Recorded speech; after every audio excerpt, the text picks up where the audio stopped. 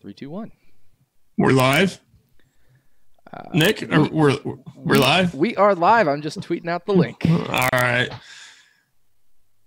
Hey everyone, I am Matt Friedman, Matt at the Oracle of Fantasy Labs and RotoViz. Welcome to the July 7th, 2017. I guess, what are we calling this? I guess it's the RotoViz live edition of the NASCAR On the Daily podcast. Yep. It's kind of the hybrid of RotoViz Live and On the Daily podcast. I'm joined by Dr. Nick Giffen, an editor at RotoViz, a PhD in mathematics, a 3-time qualifier for the DraftKings NASCAR main events, and one of the best NASCAR DFS players in the world. You can follow him on Twitter at RotoDoc. Nick, we are recording this on Friday, late afternoon. The race is tomorrow on Saturday. Qualifying has already happened. All the practices have happened. So we're kind of in the situation of doing both RotoViz Live and the On the Daily podcast together. You're on vacation. How's it going? Oh, man, I'm doing great, and I just wanted to say bonjour tout le monde, je m'appelle RotoDocteur, et vous écoutez à RotoViz Live. That's right, I'm here from Quebec City, which is the French capital of Canada, I guess. So I had that all prepared, and I actually don't know French.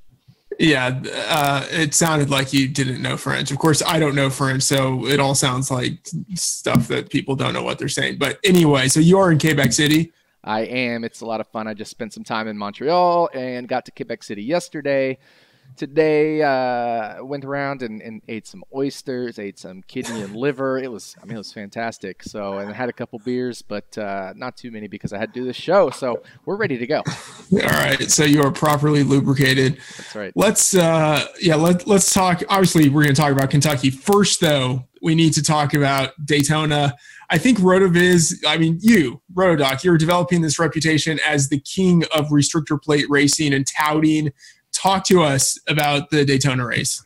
Oh, yeah. I mean, Daytona was wild. There was a ton of, crashes, some big ones, some smaller ones. But as usual, Daytona played out with a bunch of randomness, a bunch of wildness. And my boy Paul Menard ended up with a top 3 finish. And he was the guy I was really touting as my favorite play on my article last week. And pulled a 3rd place finish, winning lineup. And so as a result, I got 3rd place in the Beast, which was for $10,000. I also took down 1st place in the $444 buy-in GPP. It was called the 4 wide for another $7,000. All told, between all my entries, I profited about $22K. We also had another RotoViz reader subscriber, Matt Howard, who took down $44,000 in profit. He took 2nd, 4th, 5th, and 6th in the Beast. So, the restrictor plate, as usual, races came down to exactly what we talked about, leveraging ownership percentages and picking drivers from the back in an appropriate way with those ownership percentages. Awesome. So as you mentioned, we had a RotoViz subscriber do very well. We're dropping the price on the RotoViz subscription, right? Yeah, no, we're not. I should say we are dropping the price on the RotoViz subscription. So if you're a brand new listener this week, obviously, the show is free this week. It won't be free after this, but because of vacation and the schedule and all that, and the simulcast with On the Daily, it is free this week. But after this week, it's not free. So if you want to get in for the rest of the season, it's $75 for the rest of the year. That is down from our $90 price. So that is less than $4 per week for the rest of the year. There's 19 races left. So 75 divided by 19, pretty simple, less than $4 a week. And of course you can get the 30% discount, which I think you're on the ball with. But so dropped our season-long pass. This is the last time we're dropping it for the rest of the year. So if you want to get in at under $4 per week, you need to lock it in now, because every week you wait, it's still going to be $75, but fewer races left. Yes. So as Nick just mentioned, we have a 30% discount. You can get that. It's the special NASCAR pass. You can get that through the NASCAR podcast homepage, rotoviz.com/NASCAR podcast. With that pass, you get unlimited access to all of Nick's premium NASCAR content, and your subscription supports the pod. Also, if you want more NASCAR goodness from RotoDoc, Nick has some courses at Roto Academy. One of them is a video course with JM to Win at Roto Grinders. You can check those out at rotogrinders.com/Roto Academy. Okay, Nick, I think the structure for the show, we're going to talk some about strategy, and then we're going to get to all of the questions that we have on Twitter. So let's go ahead and start. For the Kentucky race, what is the basic GPP strategy that you are contemplating right now? Yeah, so for GPP strategy, of course, we want to get the dominators in our lineup. There's 400 miles, so that means 267 laps. That definitely means we want to get at least one, probably two dominators, depending on how Kentucky plays out. Now, Kentucky is a little bit hard to pass. It's been reconfigured, as we'll talk about in a little bit, so it makes it a little bit hard to pass. It means it could be a one dominator race, but most likely because of the stages, which weren't present last year, and just the fact that, pit stops and things like that happen, we'll probably have at least two dominators. Could be three, but I think that's less likely. So I'm trying to get two dominators in most of my lineups. I'll probably have a small handful with one, and I'll probably have a little bit bigger handful with three dominators. After that, of course, you want to go for the combination of finishing position and place differential. So you really just need to calculate which drivers you think will get the best combination of those, and then leverage a little bit of ownership percentages as well. So I like playing a little bit more chalky on the dominators this week. We've got a couple drivers starting up front, Kyle Busch and Martin Truex Jr., who probably one of those two being on the front row will dominate a portion of the race, if not both. And then being a little more contrarian with my place differential and high finishing position picks. So that's the way I'm going in GPPs this week. Yeah, can you talk to us about the dominators? If you look at the starting grid that we have now, you have 4 Toyotas starting in the top 5. I'm wondering if you think that there's any sort of technological or team advantage that they have there, and just what are your general thoughts on dominators? My opinion is I think they probably don't have a huge advantage, especially over Jamie McMurray and Kyle Larson. Now, Larson, of course, didn't get to qualify. He failed technical inspection again, so he starts dead last. So he's obviously the clear, obvious chalk play of the week. But he and Jamie McMurray were fast in both practice sessions, fast in at least for McMurray in qualifying up in 4th. So I think between the Joe Gibbs Racing cars and Furniture Row, if you count Truex and Eric Jones, and then also at least the Target Chip Ganassi racing cars. I think those two teams are probably the teams to beat. Now, that said, it's a long race. The race is at night, and the practices were during the day. Qualifying was, kind of in twilight here, and that's why we're doing the show now, is because we're a little bit after qualifying and had a chance to digest the model and results and things like that. So I don't know if there's a technological advantage, but certainly with all those Toyotas starting up front, you expect them to work together for the beginning portion of the race. So I certainly like, either Kyle Busch or Truex to be a dominant player the first portion, the first segment of the race. And beyond that, who knows? But I certainly think the Toyotas have a very good chance of dominating a large chunk of this race. All right, so talk to us about dominators for cash games and how you're thinking about approaching that. Yeah, it's really tough just because it's only 267 laps instead of, a 500-mile race, which would be 334 laps or something like that. Or it's not a 400 lapper like Dover or things like that. So a little bit tougher, but I think you pretty much guarantee yourself a bunch of dominator points if you play both Kyle Busch and Martin Truex Jr. The question is, do you take a third shot at a dominator? And then if you do, who is that going to be? So pretty tough to say there.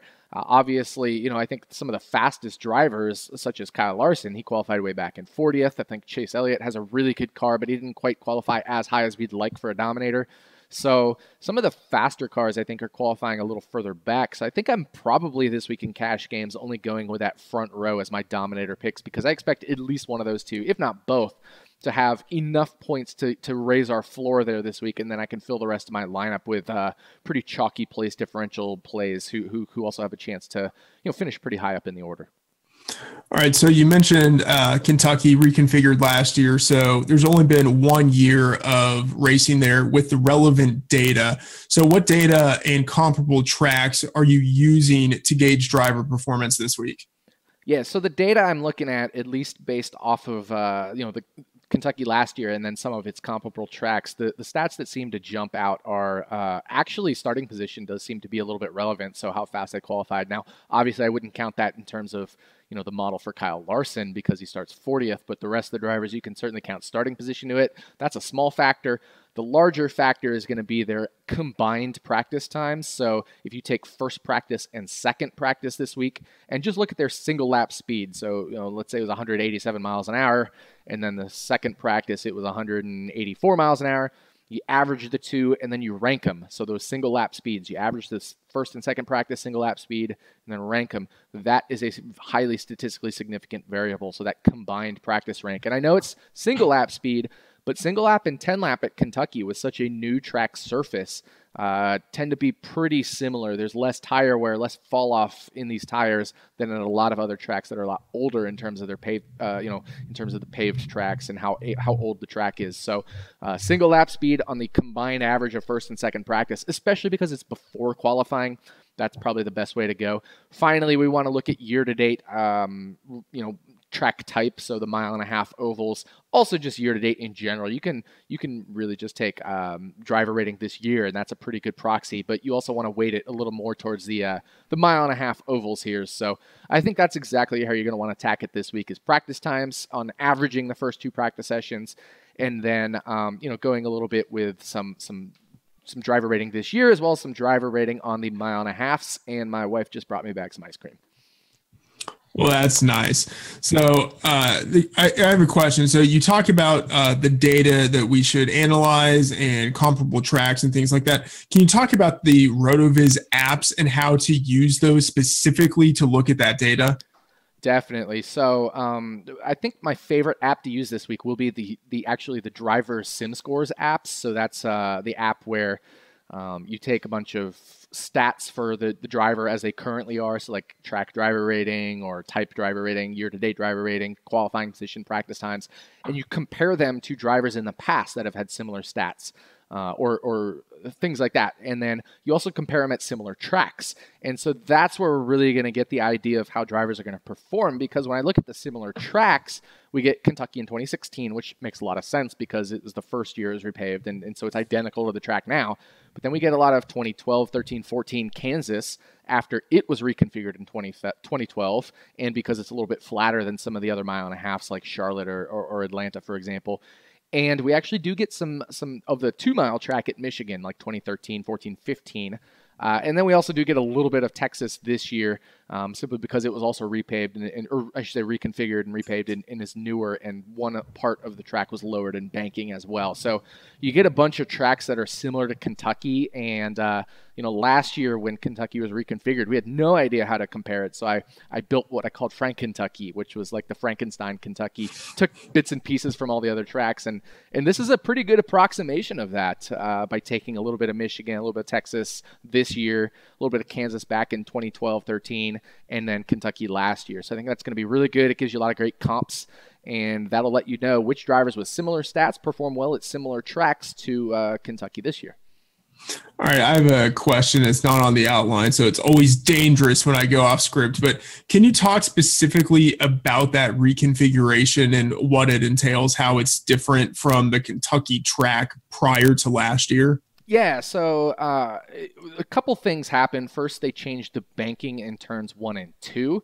And when they did that, of course, they also decided to widen those turns as well. So a little more banking. It increased from 14 to 17 degrees. So turns 3 and 4 still stay at 14 degrees. So before that, both sets 1 and 2 and 3 and 4 were at 14 degrees. So now 1 and 2 is a little more banked, and 3 and 4 is a little less banked. And then turns 1 and 2 are also widened to, or I should say narrowed from 72 to 56 feet. So not widened, but narrowed from 72 to 56 feet. And so that means it's just a little bit harder to pass. The banking helps a little bit, I guess, but it's still a pretty flat track in general. And then narrowing the width of the track makes it a little bit harder to pass. Obviously, also repaving the track. They did try to, treat the track to make it appear like it's aged a little bit more. So like instead of being a brand new fresh track hot off the presses, they try to do some of the grinding the tires in it and things like that to get a little more tire wear and grip, lack of grip, I should say, and make it a little bit more competitive. But it's still pretty new of a track, so low tire wear, hard to pass, and so that's what they did to Kentucky. Mm-hmm. All right, let's talk about cash games. Who are some of your favorite plays? Yeah, I mean, cash games this week, obviously we have to start with Kyle Larson. That's easily a no-brainer. Kyle Larson qualified dead last because he didn't qualify at all. So pretty solid play there, starting dead last. Then you can also go with, I like Austin Dillon this week. He practiced about 3 and 5 spots better than his qualifying position. So he's probably got a top 20 car. He's got a good driver rating this year at the 1.5 miles, and he also did well at Kentucky last year in terms of driver rating. So I think Austin Dillon is a pretty fine cash game play. If you want to go with a driver that's maybe a little more expensive and also starting a little bit further forward, I think Clint Bowyer is not a terrible play. He has a top 10 car this week based on practice times. He seemed pretty happy with his car in practice. And then, he qualified 16th, so it's not the best starting position. But I think in a situation where you've got Kyle Larson and then Kyle Busch and Martin Truex Jr., who essentially locks for your lineup, it's going to be hard to just pick drivers who are starting in the 20s and things like that.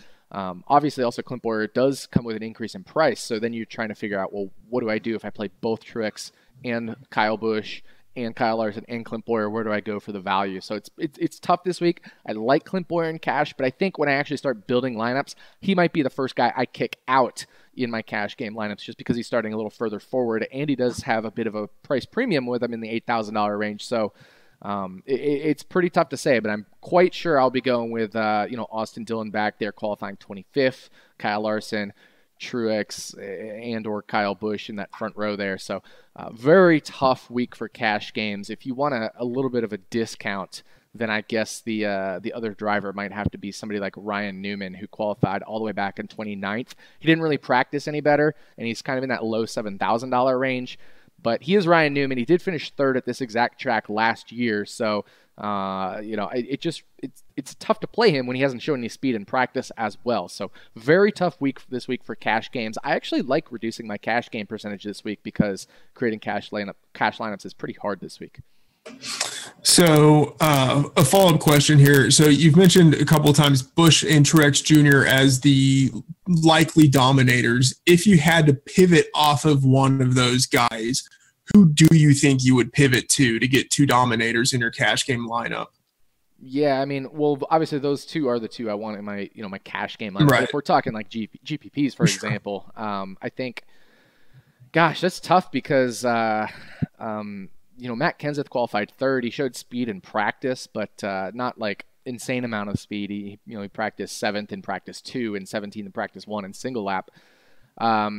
It's tough. I mean, I almost want to say in a way Denny Hamlin, because he had, of the drivers that did a 10-lap average, and there weren't many, he had the second best 10-lap average in practice 1. So there were no 10 laps done in practice 2, but in practice 1, Denny Hamlin, from lap 44 to lap 53 of his runs there in first practice, he put up the second best 10-lap average, which is actually better than Truex's. So I think he's kind of a sneaky play, and he does well at the flatter tracks.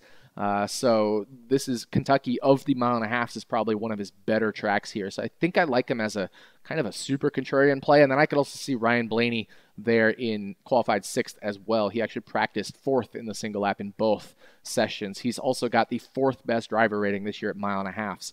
So I think Denny Hamlin and Ryan Blaney are two interesting pivots in GPPs. I think a lot of people will go with Harvick. I think a lot of people will go Jimmy Johnson because they've been stellar at 1.5 miles this year. But I think Hamlin and Blaney might be under-owned in GPPs. Mm-hmm. All right, so let's continue to talk about GPPs. Who are your favorite plays there? Yeah, I mean, I think Chase Elliott is certainly a name I'm eyeing in GPPs. He's very fast in practice. This is a good track for him. He was racing really well here last year. He still finished 8th in driver rating despite finishing 31st in the race, and that's because he and Blaney actually got together in the race. And so, had he actually finished the race, he probably was a top 2 or 3 driver rating type driver in the race. So just some bad luck there. And that was Kentucky last year, the first time they were on this new configuration. Chase Elliott's just also been stellar at these 1.5 miles this year. Led a lot of laps, has gotten some fastest laps. So I like him in GPPs. Eric Jones, again, the rookie there, he's a boomer bust play. He's a GPP play only, essentially, especially when he qualifies in the mid-teens. But he has the potential to finish top 5. He is that good. But he also has the potential to finish dead last because he makes mistakes. And I think that's partly because of his driving style. He's aggressive. He tries hard. And that all leads to either really good finishes or sometimes really bad finishes. But in GPPs, if he finishes dead last, who cares? I mean, you're going for that upside. You're trying to get a win there. So I like Eric Jones. Practiced 4 spots and 3 spots better in single lap average or in single lap time in both the practice sessions than his qualifying rank. So Eric Jones, Chase Elliott. And if you want a little bit of a discount, I think that it's tough to go with anybody who's qualified or practiced 31st or worse.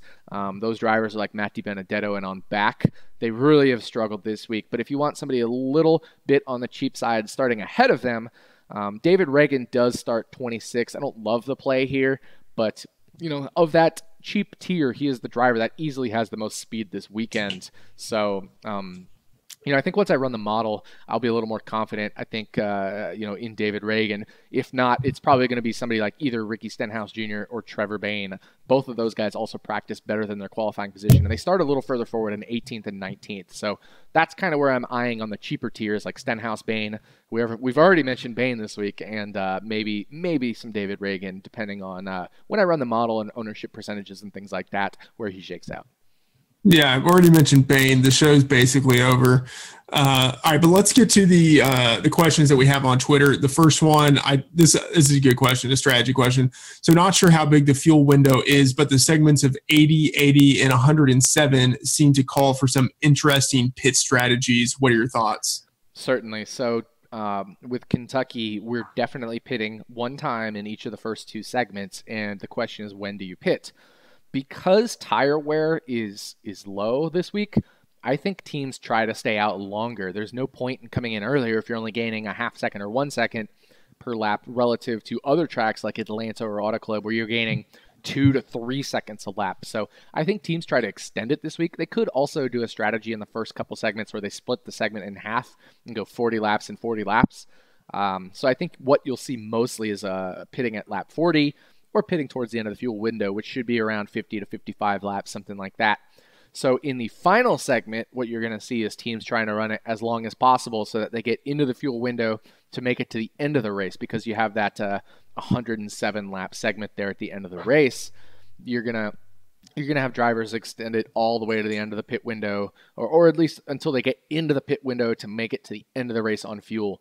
Now, obviously with cautions, that could throw things off and totally change things up, and we usually see that. So I'm not too worried about fuel strategy this week at Kentucky, I think, because it's pretty straightforward in my opinion, and then cautions happening when they do. I think fuel strategy kind of doesn't go out the window in terms of how we should plan our DFS lineups, or I should say it does go in the window in terms of how we plan our DFS lineups. It kind of doesn't really matter much in terms of end of race, I think, like finishing position. Mm-hmm. All right. What's the difference between race trim and qualifying trim? And then how can you tell which times were posted under which trim in practice and qualifying? Yeah, that's a good question. So in terms of race trim versus qualifying trim, they can make several different modifications to the car. They can, obviously, the first and foremost is they'll usually change air pressures on the tires. And so they'll either raise or lower the air pressures. They can do things with the aerodynamics, the body of the car, to either create mechanical grip or reduce downforce. So, take tape on, off the grill, different things like that. So the idea is qualifying trim, you just need 1 or 2 really fast laps. And so you're not worried about long run speed, about maintaining the stability of your car. You're just trying to go for a fast lap over 2 laps, and the car will be fine over those 1 or 2 or 3 laps. And so you don't care about the setup 5, 8, 10 laps later, because you're only making at most 2 to 3 laps in your qualifying sessions there. And so over 3 sessions, you could be making at most like 6 laps. Whereas in the race, you're trying to make 30, 40, 50, 60 laps under a green flag run.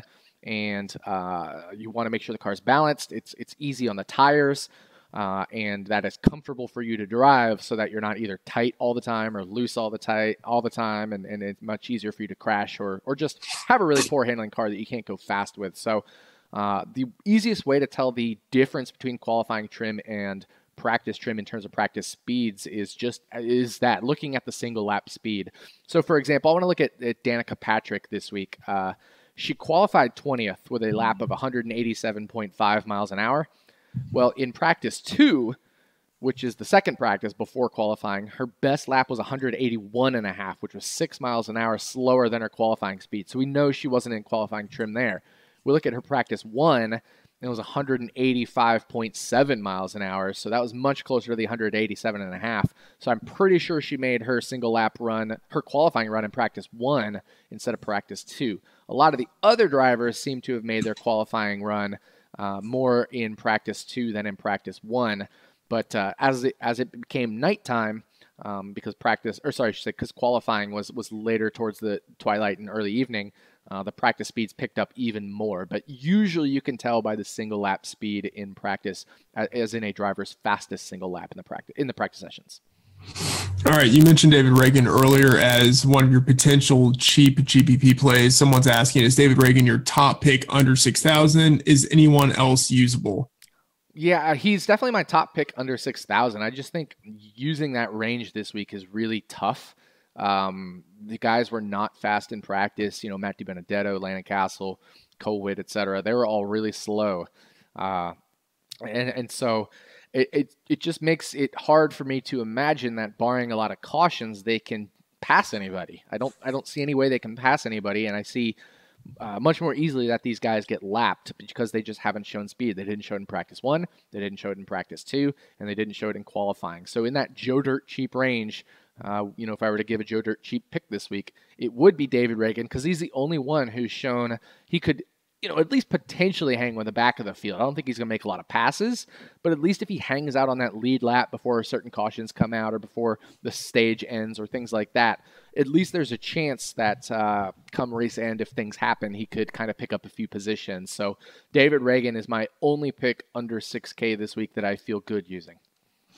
All right, what are your thoughts on fading Keselowski? He's starting 10th. He's not worth the $10,100 price tag as far as practice speeds go. What do you think his ownership percentage will be? Yeah, it's interesting because Brad Keselowski does have a very good Kentucky history, but of course that would be before the reconfiguration. Most of that, he did do well at Kentucky last year, obviously, but Brad Keselowski is a tough driver to use this week because the practice times, as mentioned, he practiced 5 spots worse than his practice time, or so I should say, than his qualifying position. So he practiced 15th and 15th in single lap, and he qualified 10th.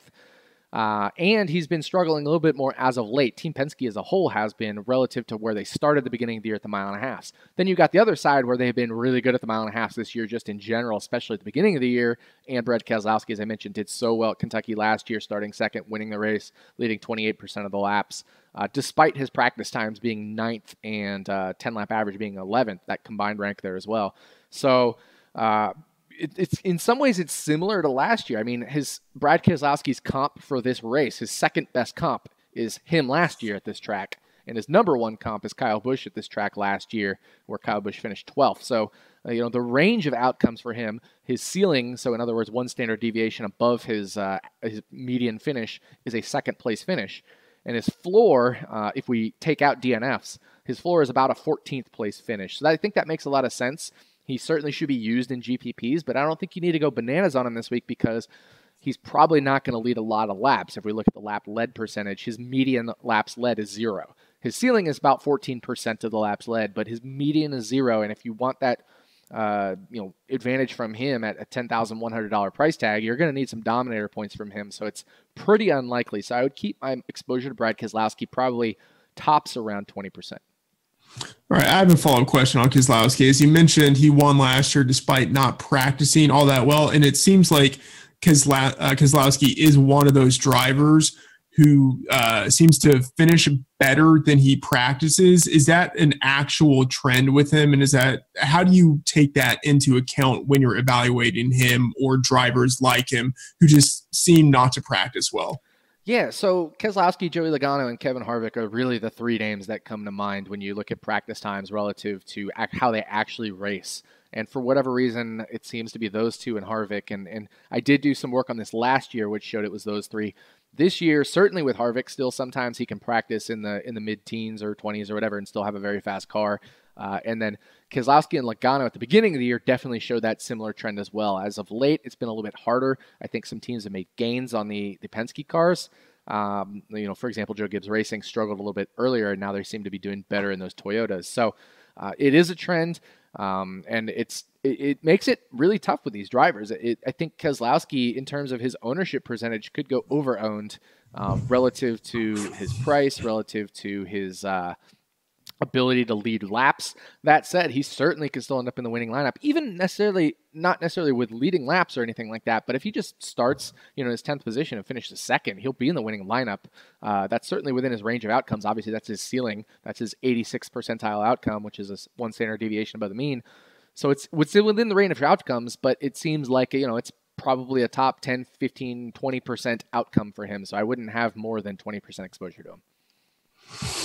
Okay, so someone's asking a question about rookies. You mentioned Jones as something of a GPP only pick. The question is about Suarez, Wallace, and other young guys. It seems like they struggle, or rookies struggle at Kentucky. What are your thoughts? Yeah, I mean, certainly I think there's some merit to struggling the first time you go to any track, but I think it's more prevalent at tracks like Sonoma, like the road courses, for example. We talked about that at Sonoma, and maybe some of the other, I could say, like, air quote, trickier tracks, Martinsville, Bristol, things like that. But I don't put too much stock in it because we've had a lot of mile-and-a-half races this year. So Kentucky, certainly there is some merit to that. But Eric Jones is so talented. He practiced so well. And he's just been, outside of when he crashes, he's been really good this year. He's a boomer bust play for sure, and I wouldn't go bananas on him by any means. But he's a driver that I think can win you a GPP. And let's see where the ownership model puts him at, because I think he's a driver that I probably want to be underweight if he's going to be 30% owned, but if he's going to be 10% owned, I certainly want to be overweight on him. It's really tough with rookies in general. Maybe let's talk about, for example, Darrell Wallace Jr. His first time here at Kentucky in the Cup Series, qualified 17th, practiced 23rd and 9th. One of those looked to be in qualifying trim, of course. So it's tough to say with Darrell Wallace Jr. It's tough to say with Eric Jones. Daniel Suarez qualified 9th. He practiced worse, so I'm probably off of him. So really for me, in terms of the rookies, it's probably going to be Eric Jones or bust. I don't think I'm going to use a ton of Darrell Wallace Jr. starting in 17th, but it's going to be tough to use the rookies this week. And if I feel good about any one of them, it's going to be a boomer bust player like Eric Jones. All right, who's your pick to win? Pick to win. That's a really good question, because I haven't given one thought about that this week yet. It's tough to pick outside of Truex and Kyle Busch, given the way they both practiced. Kyle Busch was best in the 10-lap average in practice 1. Martin Truex Jr. has just been easily the most dominant car on mile-and-a-halfs. So I'm going to pick from one of those two, and I think it's going to be Kyle Busch. He still is looking for that, win. Kevin Harvick got his at Sonoma. Kyle Busch hasn't got his yet, so I think this is the week he does it. But I can certainly, see picking Truex as well, but I'm going to go with Kyle Busch. All right, someone's asking a question about Kyle Larson. You said he's kind of the chalk cash game play, starting 40th. Someone says his practice looks good. His history is terrible. What are your thoughts on the practice versus history? I'm not worried about the history with Kyle Larson here. He's a super talented driver. He practiced in the top 2 or 3 in both practice sessions. He's this year, just in mile-and-a-half, he's been just so dominant. So you kind of just have to throw history out for Kyle Larson, especially at Kentucky, where there's only 1 year of actual legitimate history, right? He finished 19th last year in the new configuration. Before that, he finished 35th and 40th, but both of those races he had problems, so that kind of stunk. And last year was 19th, which is the best of the years. It's not a great finish for him, but even if he starts 40th and finishes 19th again, that's still 21 places of place differential. Then he's getting you another, 25 points in finishing position. So that's 46 points right there. You're really happy with the driver who gets you 46 points, even at his price tag in cash games. Now in GPPs, I can understand if he finishes 19th, that's probably not going to be in the winning lineup. He certainly will probably help you cash in a lot of lineups. So I can see in GPPs maybe going 60% on him in terms of ownership or something like that instead of 70-75%, but or even 50-40%. And I think, again, we talk about a driver who's an interesting fade in the Fantasy Racing World Championship qualifiers, which I faded Kyle Larson at Charlotte when he qualified dead last, and it worked out. But there's 200 less laps here, so there's 200 less miles here, so there's 200 less miles for him to make a mistake. 200 less miles for him to get into the wall. So it's a little harder to fade him here than it is at 600-mile race at Charlotte, where a lot of things can go wrong. So It's going to be tough for me to fade Kyle Larson this week at all. I'm definitely not fading him in cash games. And in GPPs, I'm not even sure I'll go underweight on him because, just we've seen anytime a guy like Kyle Larson qualifies 40th, he's still only like 55% owned. And I think it's probably better than a 55% chance that he ends up in the winning lineup. Mm-hmm. All right. Well, on the topic of Kyle Larson there, someone's asking about qualifiers. What are your thoughts on him for qualifiers? Yeah, I mean, I can understand both sides of the argument here. As I just mentioned, using him in qualifiers, I think, is the safest thing to do. It's most likely he ends up in the winning qualifier lineup, but it's not a guarantee. And that said, with qualifiers, you only have, if you're playing in the higher stakes qualifiers, you only have one bullet. If you're playing in I think like a $33 qualifier, you probably have 8 or 9 bullets there. So it depends on what you want to do. If you fade him, you're most likely not going to win the qualifier. You have to understand that because most likely he's going to finish the race. He's going to put up enough points to probably be in the winning lineup. But that said, if he does crash, you're almost surely in contention, to have a lineup that will be a lineup that could be in the winning lineup there. So with 9 entries this week, I think you really just have to figure out how many entries you want to play him in. I think you should either play him in all 9 or you should only play him in like 3 or 4. You want to get that leverage for first place. Like your best bet is either go all 9 lineups or just go like 3 or 4 and be really underweight to the field on him and hope he has a problem. But if you do that, you have to understand he's most likely not having a problem this week, and you're at that point you only have got your 3 or 4 lineups that are in contention. So it's your risk reward. I think it made a lot more sense at Charlotte with 200 extra miles. And also some of the other, just the plays that week were a little different. So I think Kyle Larson is a driver I'm probably, if I'm playing 9 $33 qualifier lineups, I'm using in at least 6, probably 7. But I think at that point you should just go all 9. Okay, GPP drivers 6,400 to 7,100. Can you give the top 3 that you like? 60. What was the number? The range 64 to 71. 64 to 71. Let me pull up the price tag tab here. Can I give my top GPP play? Yeah. 64 to 71. So we got Suarez, Bain, Menard, Dillon, Allmendinger, and Chris Buescher. I think my favorite GPP play is probably Trevor Bain, as much as I hate to say that. I'm striking off Daniel Suarez there. He qualified too high for me. You got the rookie there. I think Ty Dillon is a solid play given his qualifying position and given how he's done at mile and a half this year. So I'd probably rank him number 2. I think relative to AJ Allmendinger, who I would rank number 3, the difference is, Allmendinger practiced a little bit better than Ty Dillon, but I think his ownership is going to be much higher because of that. So I like Ty Dillon better as a GPP play, whereas I like Allmendinger better as a cash play, just because of the ownership percentages there. Allmendinger is the more chalky play. He's probably a driver I'll use in my cash game lineup. So I think those are like my top 3. Number 1, Trevor Bain. Probably number 2, Ty Dillon. And number 3, AJ Allmendinger. The rest, I would say, are lower tier. Mm-hmm. What strategy are you recommending for 3 entry max GPP? Are there any drivers to go 100% on, or any fades based on ownership percentage? I think you have to go 100% on Kyle Larson, and then you can mix and match your Kyle Busch and Martin Truex exposures. You could go 1 Kyle Busch, 1 Truex, and then 1 lineup with both Kyle Busch and Martin Truex Jr. because we have seen at mile and a half this year, especially when Truex is one of the first 2 qualifiers, that both drivers in first and second starting position have led a lot of laps. So I think we could see that again. Maybe Kyle Busch gets out front to start the race. Truex eventually passes him. We get pit stops, and since Kyle Busch has pit box preference, he eventually passes him in the pits, and Truex gets back in front of him. So I think we could see that this weekend. So probably the strategy I use is that in terms of the expensive tier, I use Larson in all of them, 1 Truex, 1 Busch, and 1 with both. And then from there, you want to just pick your best plays in the mid and cheaper tiers for your GPP lineups.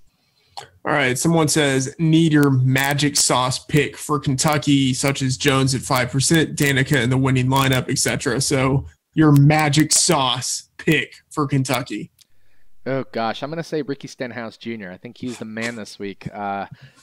Practiced 18th, qualified qualified 18th, practiced 12th and 11th in single lap, and he's been much better this year than he's been in years past at mile and a halves. And I know I'm not factoring his win again last week, so he's won the past 2 restrictor plate races, but certainly at least it's a confidence boost, if anything. Ricky Stenhouse Jr., my GPP play of the week. All right, this is a good question. What driver do you think the model is most off on?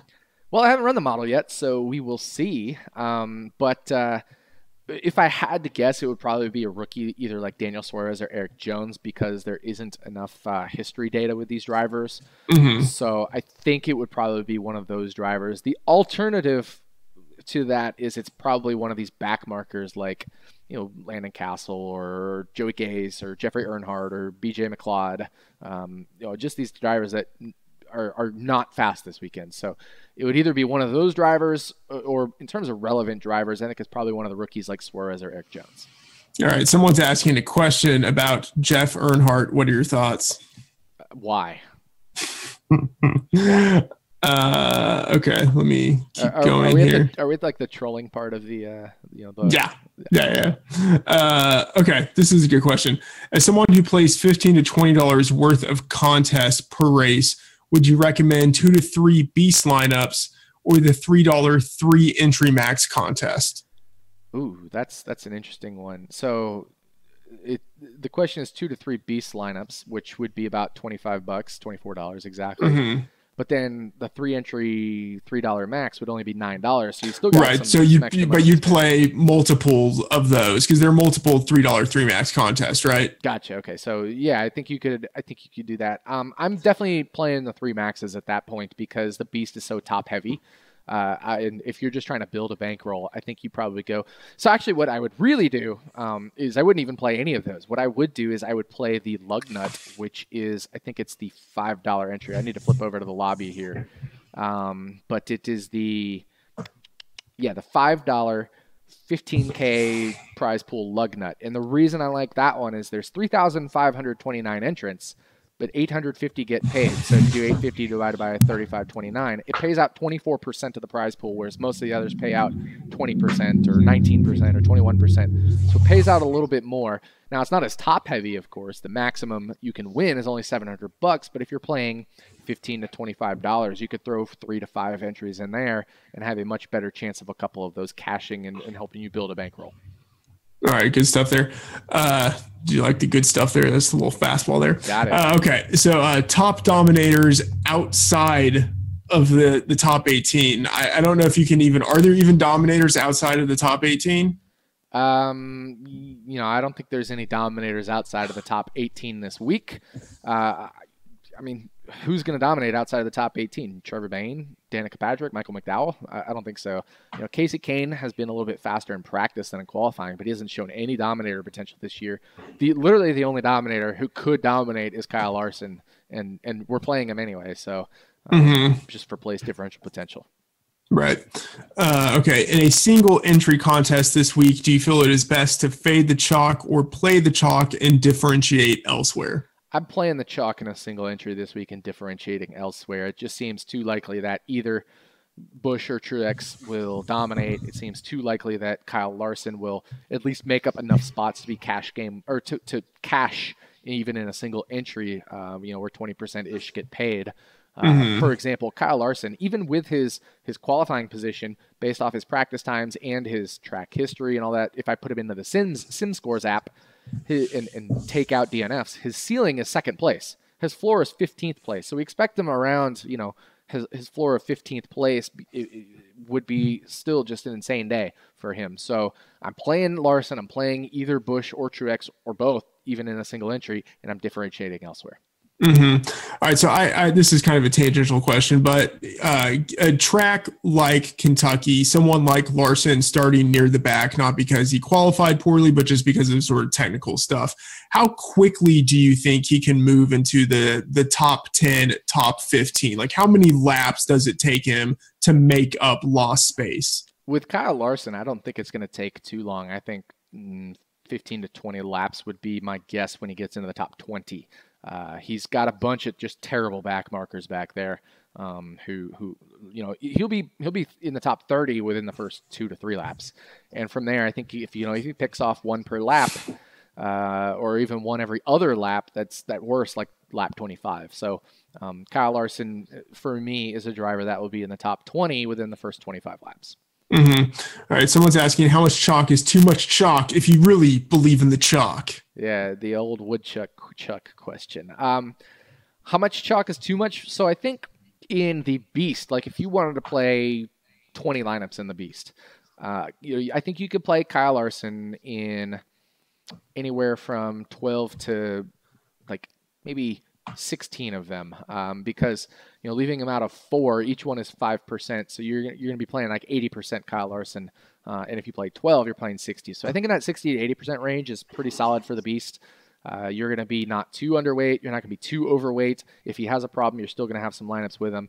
With Truex and Kyle Busch, it's a little different because, obviously if they don't dominate, it's going to be hard for them to be in the winning lineup, and there's no guarantee either one of them dominates. So you want to be less on them. That said, you still want to be pretty chalky on them because I can almost guarantee you one of the two will be in the winning lineup.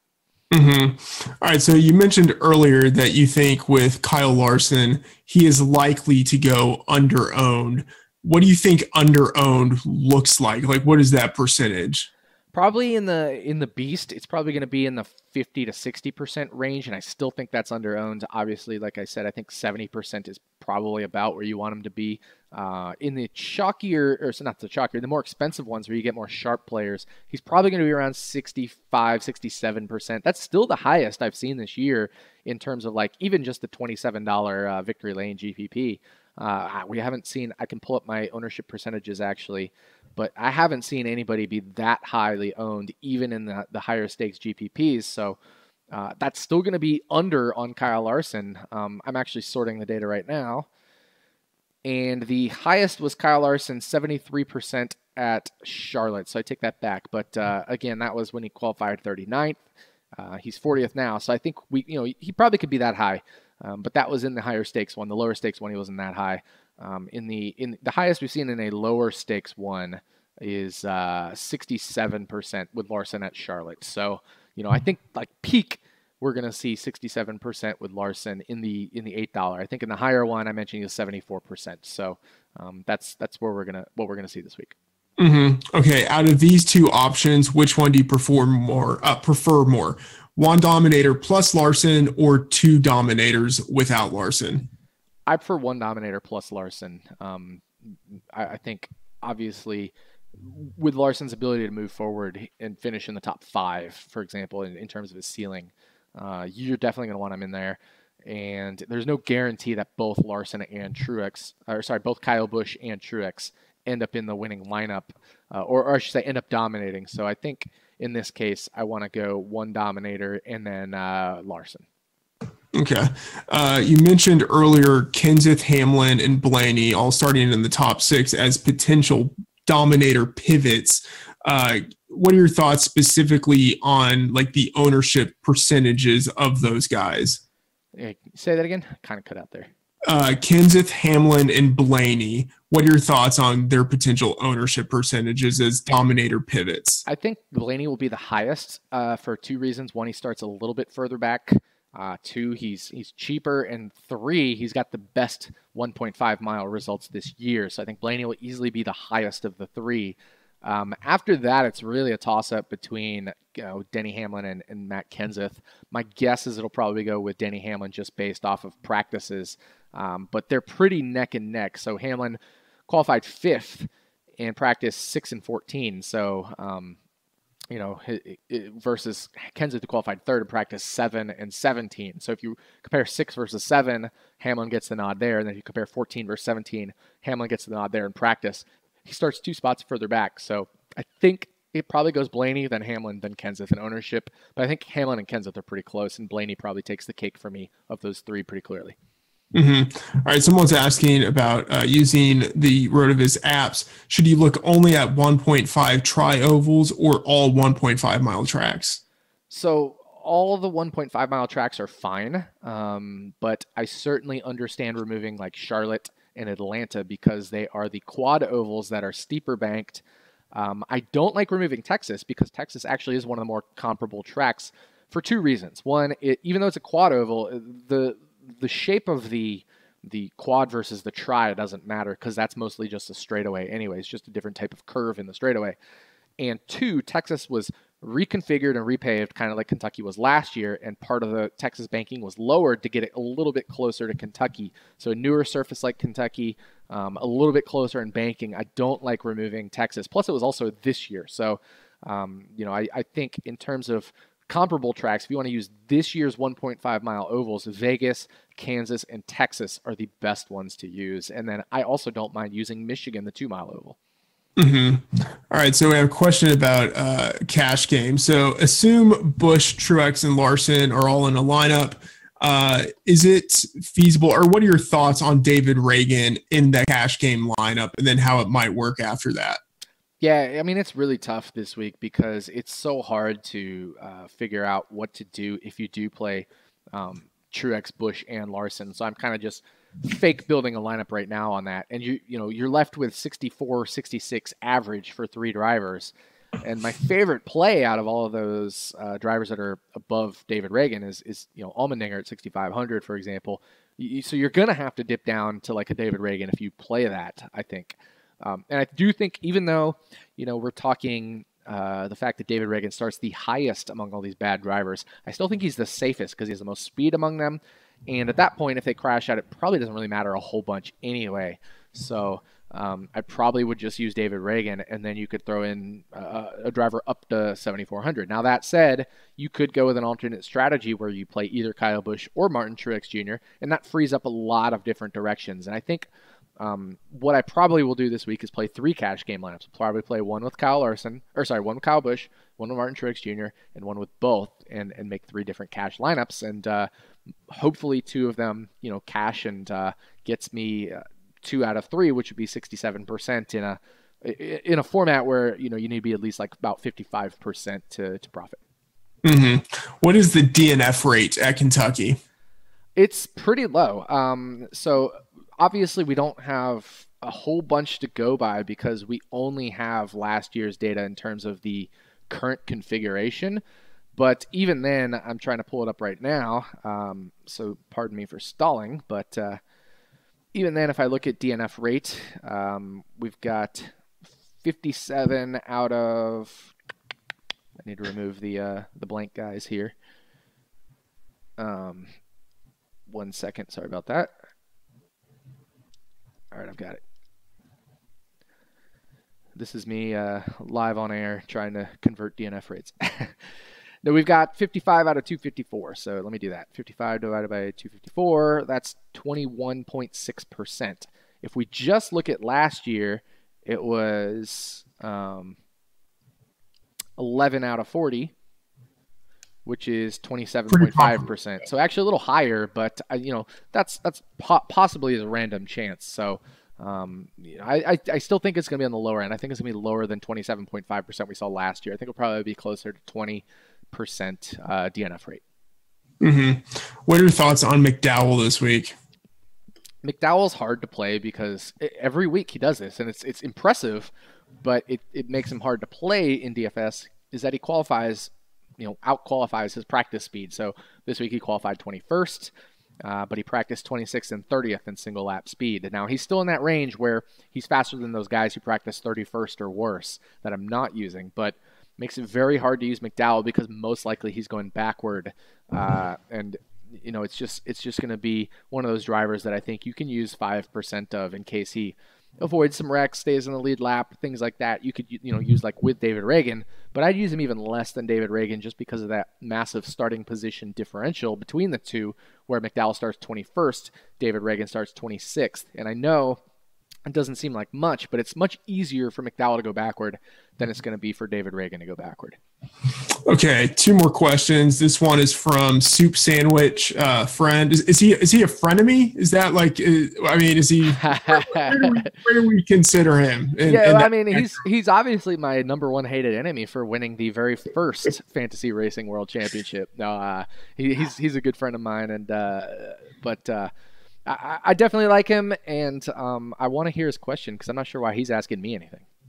The question is it weird for touts to ask other touts questions? Well, so it's a good question because he's not actually a tout. He just sits there and makes killer ass lineups and then beats everybody. So I'm assuming he's not referring to his question. But yeah, if you're a tout asking another tout a question, then it's just conversation at that point.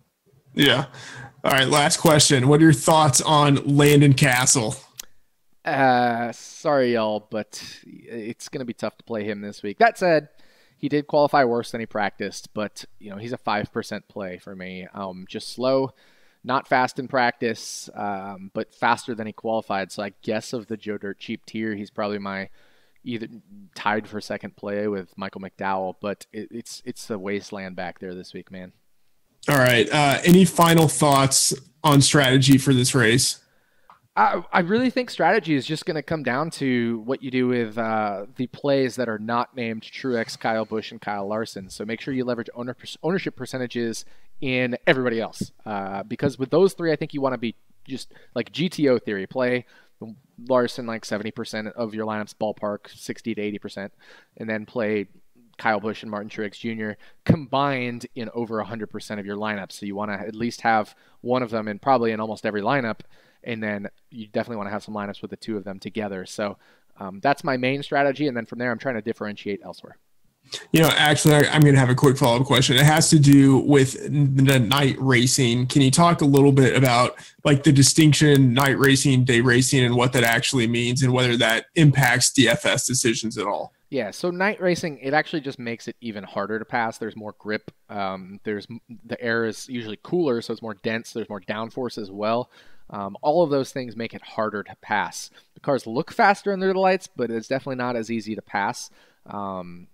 And so less tire wear, less overheating of brakes, things like that. So I think in the case of a night race, it's just going to be even more single file than we've seen in some of the races this year, especially out front with the leaders, Kyle Busch, Martin Truex Jr. That's why I really want to get these guys in my lineups this time around because it's almost certainly going to be these two dominating from the start. The question is what happens after we get the segments and the pit stops and the strategy coming through. Who else dominates besides those two? All right. Boom. Good stuff. Nick, good show. Good live show. That's going to do it for the RotoViz Live edition of On the Daily. For Nick Giffen on Twitter at RotoDoc, I'm Matt Friedman, Matt F. the Oracle. Thanks for tuning in. Au revoir, everybody.